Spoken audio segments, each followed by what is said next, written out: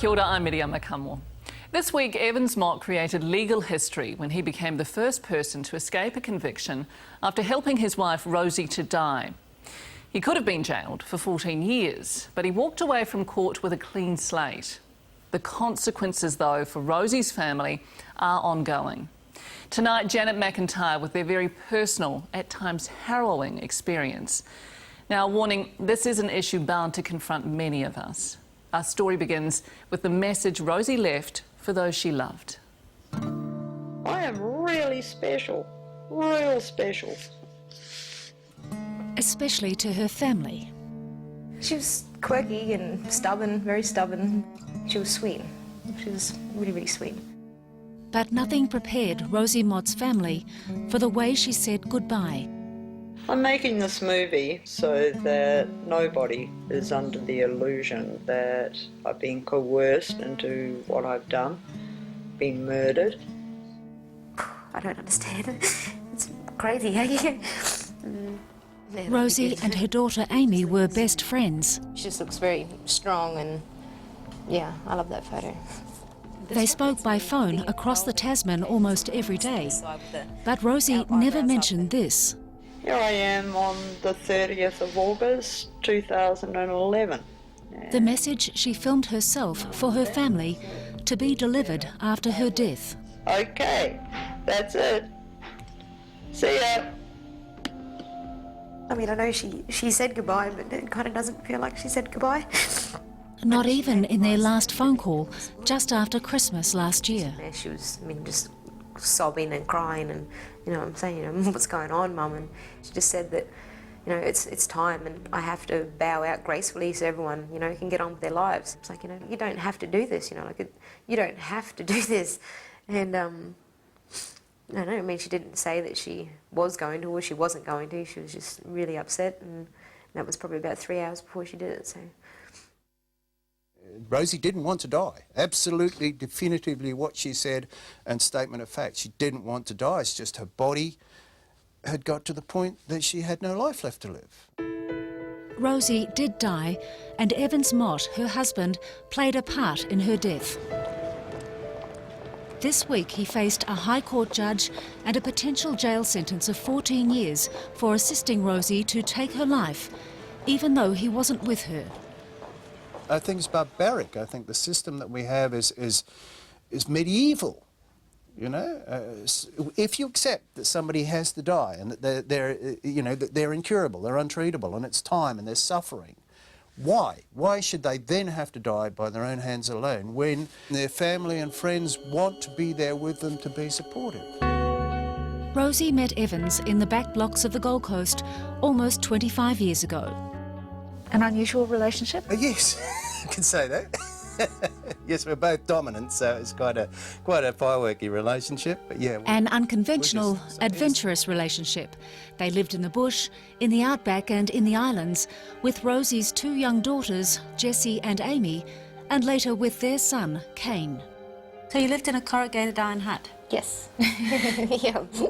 Didn't like to be held down and didn't like to stay anywhere for too long. Eventually, though, Rosie and Evan settled in Auckland, in a flat on one of Auckland's flashest streets, Paratai Drive, but they were often apart. My regret is that Rosie and I didn't have our time together. Evans travelled for months at a time in Europe and the States, building luxury yachts. And Rosie, an anthropology student, stayed at home in the flat, healthy until just a few years ago. I'm going to tell you the story, the sad, tragic story of my upcoming demise. I tripped over a cat.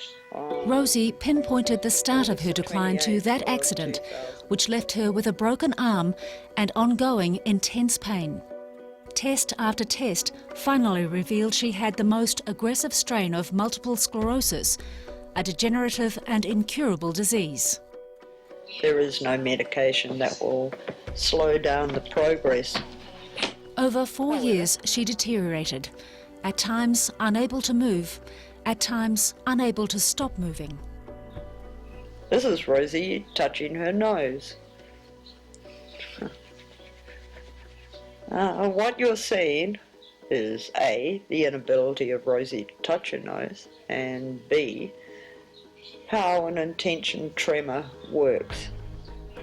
At this point, I would have to say it is an absolutely devastating disease. It was the tremors, the shakes, hardly being able to walk, having to sort of stand up and plan every move, not being able to feed herself without shaking. She used to say it's like there's hand grenades going off in my head. But she could walk. She could walk, and she never would get in the wheelchair. She was convinced that she wouldn't get through January before she was in a wheelchair, and that was why specifically she decided, no, I'm not going to go into next year, because when she was in a wheelchair, we didn't have a wheelchair-friendly house, and unless I was there full-time to wheel her around, you're pretty much in care. And of course the system, once you're in care, the only way you have any control of your destiny is to starve yourself to death. So she was not going to go that way. Did she talk about going into care? She would not go into care, absolutely. She would not. She would have thrown herself off a bridge rather than done that. In 2010, getting no relief from drugs, her condition worsening, Rosie started talking about ending her life. She bought a how-to book online. Did you try to talk her out of it? You know, I hear what you say, I understand what you say, but I don't think it's right for people to go either way. If you know somebody's got a degenerative disease that's hideous, then you're hardly going to say, oh, well, just wait until you're a basket case.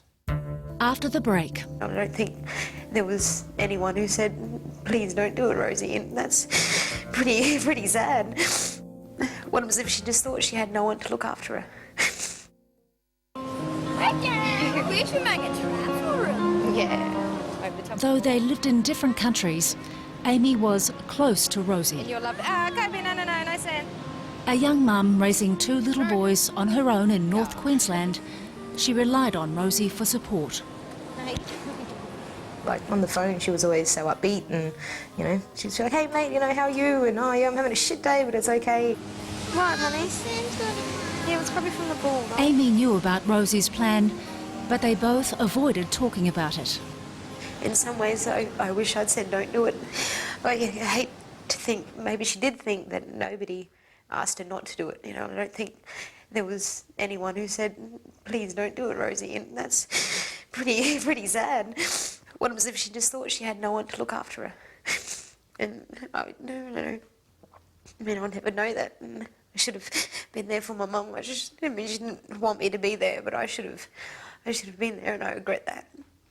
You know, I expected a goodbye, something. I expected, you know, some sort of, you know, this is it. You know, I love you, goodbye. But it never came. I never got an email. Kane was the only child Rosie and Evans had together. He also lives in Australia. Kane was worried for his mum when he last visited her a year ago. Do you think she was taking into consideration the pressure she was putting on Evans and all of you by continuing her life? She certainly was taking into consideration the burden she was throwing on everyone. She realised the way they were living wasn't sustainable. Sustainable in what way? Financially, and certainly how much worse it would have gotten. You know, just buying the drugs and just all of it, you know, it adds up to being quite expensive. I mean, a lot more expensive than somebody who's independent, you know. Kane told us that he thought his mother was worried about the financial burden she was creating. I don't think financially she was that concerned. I think more she was concerned that she knew that her suffering was making everybody else suffer.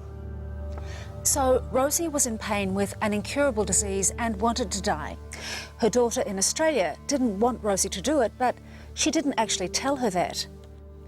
Her son thought Rosie was worried she was costing too much to stay alive. Another daughter in Auckland offered to care for her mum, but Rosie wouldn't have a bar of it. That left Evans, her husband, the one person who was with her. He helped Rosie prepare for the end in December last year. We had everything so that if she wanted to do it, and it was really the 28th, 29th, 30th, 31st, if she was gonna, finish it before the new year, and that was in her head. That's time. They rehearsed what Rosie would do with a gas cylinder and apparatus they'd bought.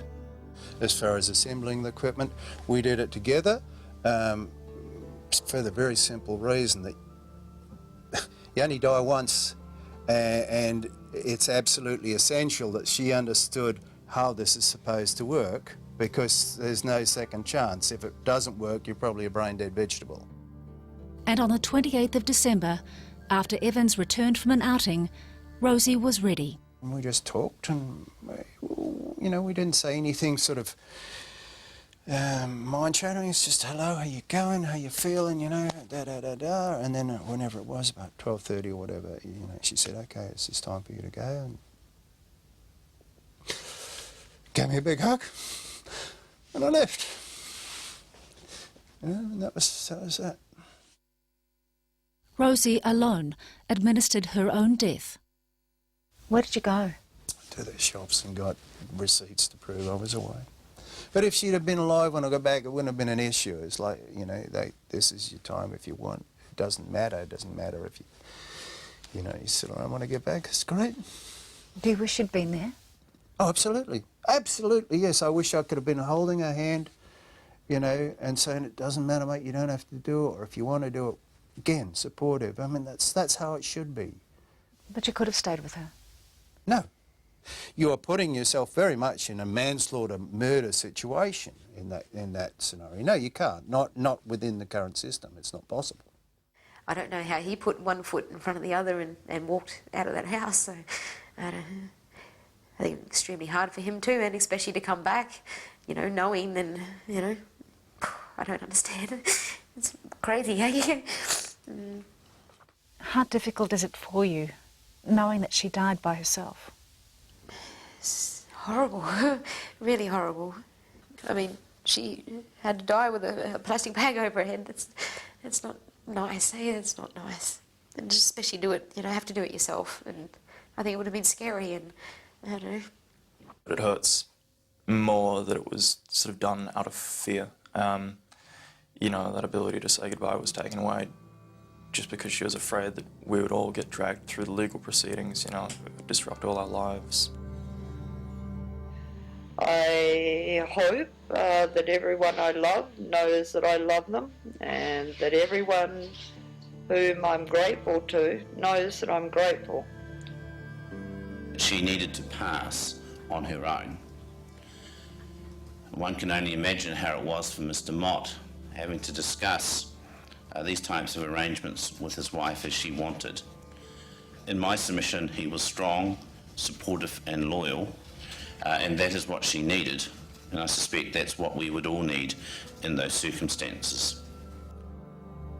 With considerable care, I've reached the conclusion that an order should be made discharging you without conviction.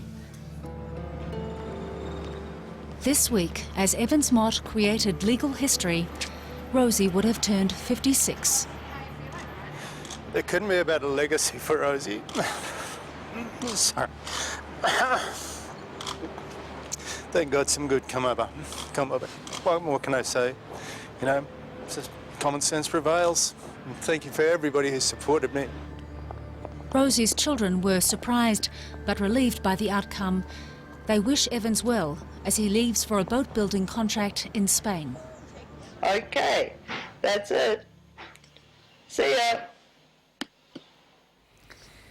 Well, in reaching the decision, the judge took into account Mott's unblemished record, his early guilty plea, the low end of his offending, and Rosie's message.